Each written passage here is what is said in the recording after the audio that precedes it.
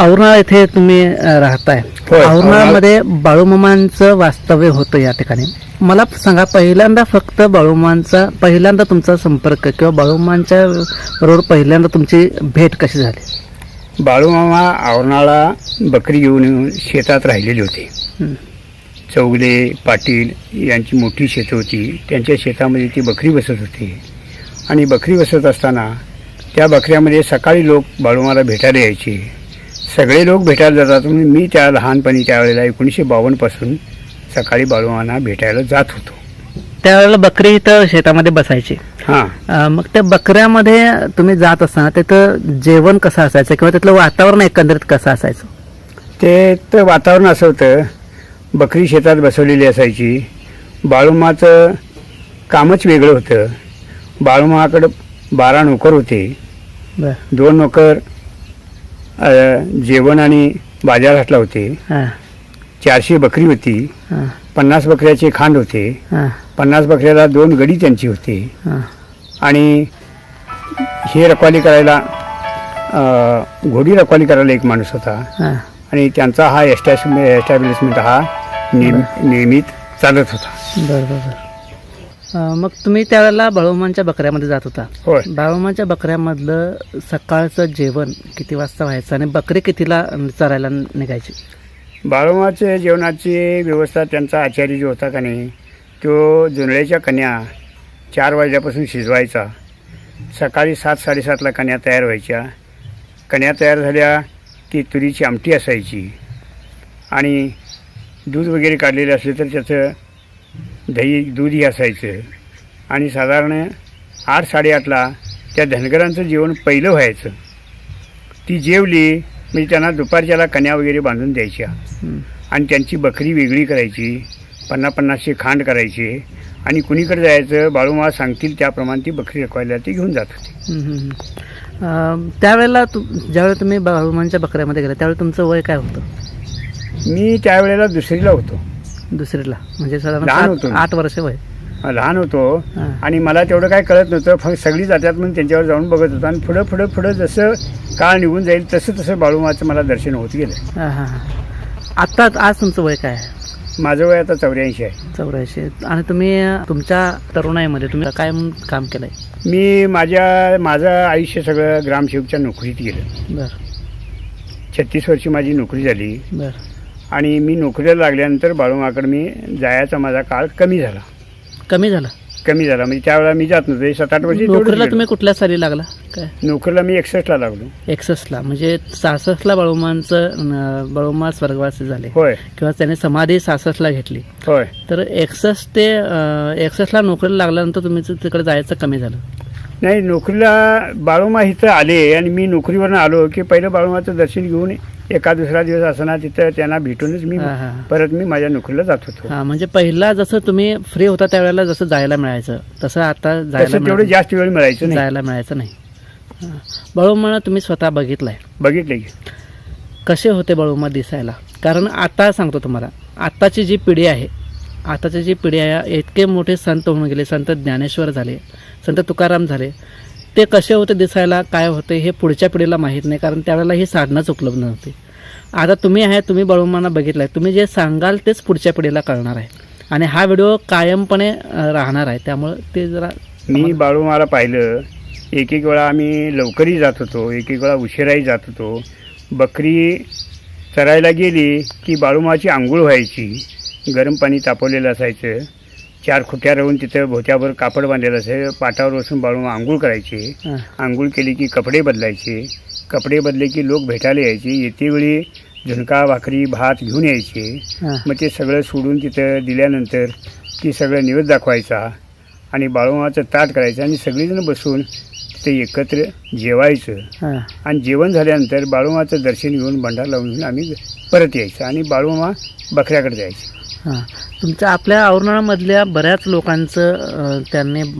लोकांशी संपर्क आला आहे. मारुती भोसले काय त्यांचा लकवा त्यांचा मारुती भोसले म्हणून होता, तो बकऱ्यात होता राहायला. बर. यल्लाप्पा भंगी म्हणून होता, तो घोडं रखवाली करायला होता. बर. मग त्यांचा मारुती भोसलेंचा लकवा त्या घोड्यांची राखण करता करता कमी झाला होता, हे सत्य आहे का? लकवा कमी झाला काय जास्त झाला त्यातलं मला तेवढं काही ज्ञान नाही, कारण बरं. त्या लकव्याचा आणि तो पिरियड होता त्यावेळेला मी नोकरीला होतो. बरं बरं. पण तो त्यांच्याबरोबर जायचा, हां तिथं राहायचा हां आणि बाळू म्हणायचे, अरे सरळ वाग, तुझं काय होत नाही, हां, तू हां. चांगला आहेस, हां, हां. असं ते आशीर्वाद द्यायचे. असं एखादं तुम्हाला आठवत आहे का की बाळूमांनी एखाद्याला बोलता बोलता इतकं चांगलं मार्गदर्शन केलं असेल किंवा एखादं वाक्य तोंडचं काय असं आठवतंय का? हा वाक्य आठवतं की बाळूमाचं जेवण झाल्यानंतर ज्या वेळेला दर्शन घ्यायला जायचं त्यावेळेला दर्शन घेतेवेळी ती शिव्या द्यायची. शिवाय द्यायचे. मी धनगर आहे, हां माझ्या धनगरच्या पाया कशाला पडताय, अगदी अगदी मी अगदी काही खरं देव बोल. नाही हां आणि माझ्या तुम्ही पाया पडू नका, हां तुम्ही खरं बोला, हां सत्यानं वागा, चांगल्या पद्धतीने तुम्ही नीतिमत्ता सांभाळा, हां तुम्ही देव होशिला, माझ्या धनगरच्या नादाला कशाला लागते असा, हां हां हां. असं स्पष्ट ते सगळ्यांना मार्गदर्शन करायचे. अगदी खरं आहे आणि मला खरोखर माझ्या अंगावर काटा येतात, कारण मामांनी कधीही स्वतःला देव समजलं नाही, कधीच देव समजलं नाही. आणि जे काय होईल त्यांच्या, आता मी म्हटलं मारुती भोसलेंचा तो किस्सा मी तुम्हाला सांगितला की त्यांचा लकवा कमी झाला, त्यांनी जे काय घडेल ते स्वतःच्या अंगावर कधी घेतलं नाही. त्यांचा लकवा बरं, अरे तू पांडुरंगांचे घोडे राखलास म्हणून तुझा लकवा बरा झाला, मी काय केलं आहे, त्यांनी स्वतःच्या अंगावर काही घेतलं नाही आणि देव स्वतःला त्याने कधी मानलंच नाही. तुम्ही सांगताय ते तंतोतंत खरं आहे. मला सांगा, बाळूमांच्या बकऱ्यामधलं एकूण वातावरण कसं होतं?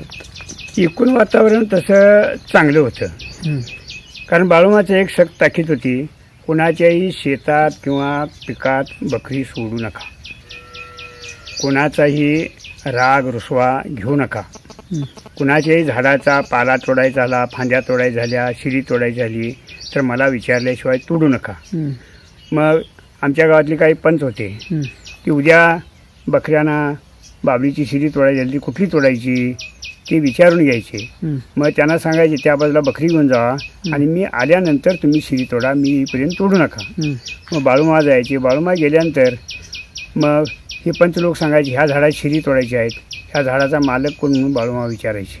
मग ते मालक कोण आहे ते माझा जे बाळूमा म्हणून असं नमस्कार करून सांगायचे, शिरी तोडायची काय, होय तोडायची. मग धनगराला तोडायला सांगू, सांगा कुठली कुठली तोडायची कुठली राखायची तू सांग, ते तोडतील. हं, मग असं सांगून त्या धनगराला झाडावर चढवायचं, हं, शिरी तोडायची, शिरी पसरायची, हं, सगळी बकऱ्यांना बोलवून ती चारवायची हं, आणि बकरी गेली की त्या मालकाला बोलवायचं, ह्या शिऱ्याचं फेस तू घालणार का, मी धनगराला घालायला नको मामा, माझं मी घालतो. हं. अरे तुझं तू घालतोस, पण पावसाळ्यात तू ह्या शेतात काम करणार, तुला काठं लागतील, सगळं काठं बिठं विचून शेत स्वच्छ करून घे, हां. तुला त्रास झाला तर तू माझ्या नावावर येईल, मी मला कारण नको, अरे बापरे. तर तू चांगलं वाग, हां, तुला देव चांगलं तुझं करेल, हां, मी काही देव नाही पण तुझं कर्तव्य हे तुझं देव आहे म्हणून सांगायचं. हां, हां, हां. बरोबर.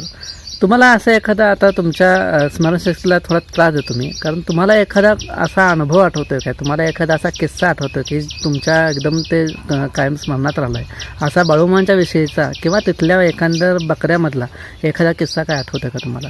बाळूमाचाच एक मी किस्सा सांगतो. मी 11वी पास झालतो आणि बाळूमाला मला पेढे द्यायचे होते 5, पेढे द्यायचे होते. आणि बाळूमाची बकरी आली आणि 1 आण्याला 1 पेढा होता, तर 5 आण्याची 5 पेढे मी खिशात घेऊन बाळूमाच्या दर्शनासाठी फिरत होतो. मला वेगवेगळी कामं लागायची आणि मला बाळूमाकडे जाता आलं नाही. आणि एक दिवशी मी गडिंग्लजहून येत होतो आणि आमच्या शेताशेजारीच बाळूमाची बकरी आणि बाळूमाव होते. मग गेलो, बाळूमाच्या हातात 5 पेढे ठेवले, बाळूमाला डोकं टिकून पायावर नमस्कार केला आणि हे काय रे, तर म्हटलं मी 11वी पास झालो म्हणून पेढे द्यायला आलो आहे. पेढे द्यायला आलास, लेका तू नोकरी करणार, पण एक लक्षात ठेव, जर पैसे खाल्लास तर तुझ्या गांडीवर बुटाची लात बसल, हां, प्रामाणिक राहिलास तुझ्या आयुष्याचं कल्याण होईल, पत्ते पाळून नोकरी कर हं, हां, असं त्यांनी मार्गदर्शन केलं.